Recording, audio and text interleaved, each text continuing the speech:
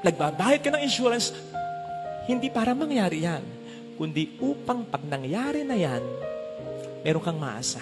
You see, hindi ka nagbabayad ng insurance dahil gusto mong magkasakit ka, dahil gusto mong malugi ka, dahil gusto mong mamatay ka. Hindi.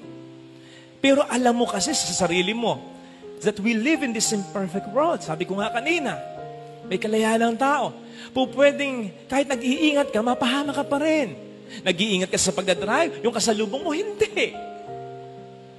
Hindi ka nagdadrive ng lasing, yung kasalubong mo, nagdrive ng lasing, nagkapanggaan kayo, yun. Nagtitipid ka, magkakagasta ka. Hindi ka gumagawa ng problema, yung mahal mo ang gumawa ng problema. Aakuin mo sa iyong sariling problema.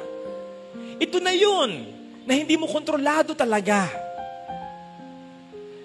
Nagbabayad ka ng insurance, hindi para mangyari yan, kundi upang pag nangyari na yan, meron kang maasahan.